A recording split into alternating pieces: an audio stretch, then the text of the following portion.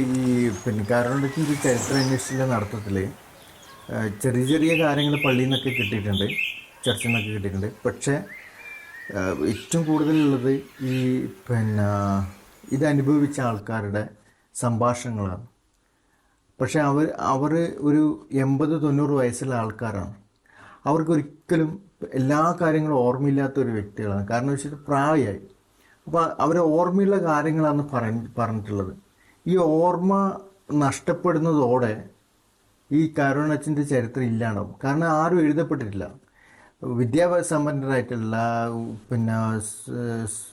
അറിവിൻ്റെ ഉന്നതിയിലുള്ള ആൾക്കാരൊന്നും ഈ ഒരു ചരിത്രം മുന്നോട്ട് കൊണ്ടുവരാൻ ശ്രമിച്ചിട്ടില്ല. അതുകൊണ്ട് എന്താ സംഭവിക്കുന്നത് പറഞ്ഞു കഴിഞ്ഞാൽ, ഈ പാവപ്പെട്ട ആൾക്കാരുടെ വാമൊഴിയിലൂടെ മാത്രമാണ് ഈ ചരിത്രം നമ്മൾ അറിയപ്പെടുന്നത്. ഈ ആൾക്കാർ 80-90 വയസ്സായിട്ടുള്ള ആൾക്കാർ കുറച്ചുകൂടി പ്രായം കഴിഞ്ഞാൽ മരണപ്പെടും. ആ മരണപ്പെടുന്നതോടെ ഈ ചരിത്രം ഇല്ലാണ്ടാവും. അങ്ങനെയുള്ള ഒരു ഭയം കൊണ്ടാണ് ഈ ഒരു ചരിത്രം എഴുതാനുള്ള ഒരു മാനസികാവസ്ഥയിൽ നമ്മൾ എത്തിച്ചേർന്നിട്ടുള്ളത്.